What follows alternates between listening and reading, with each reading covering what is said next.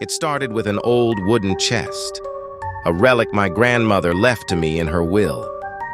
"It carries the past with it," she once told me, her voice trembling. At the time, I thought she meant sentimentality. Now I know better. The chest was ancient, its wood dark and smooth from years of handling. Strange carvings adorned its lid, symbols I couldn't recognize. Inside were objects that felt like fragments of another world. Brittle letters written in a language I couldn't identify, a pendant shaped like an eye, and a jar filled with something that looked like ash. At the bottom, wrapped in cloth, was a lantern. It was small, made of iron, with glass panels stained black from soot. When I held it, it was warm, even though it hadn't been lit for years. That night, I lit the lantern out of curiosity.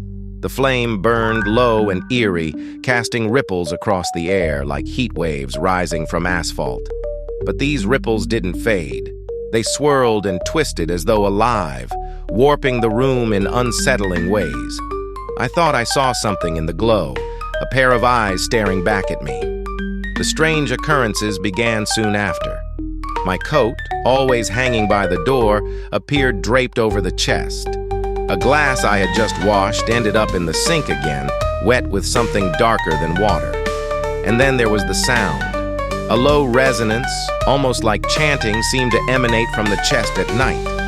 It wasn't in any language I understood, but the rhythm of it set my teeth on edge. One evening I awoke to find the lantern lit on its own, its flame casting the same ripples. This time, they didn't stay on the air. They spilled out across the floor like a liquid, pooling in the corners of my room. In the dim light, I saw movement. A specter. I tried extinguishing the flame, but the lantern wouldn't go out. Instead, the specter leaned closer, and I could see it clearly.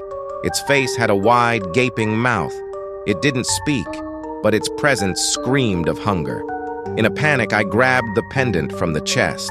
The second it touched my skin, the shadows recoiled and the flame snuffed out. The specter was gone. The pendant, however, now pulsed faintly, like a heartbeat.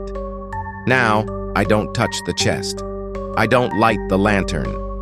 Late at night, I hear it, the low hum of the chant, calling out to something beyond.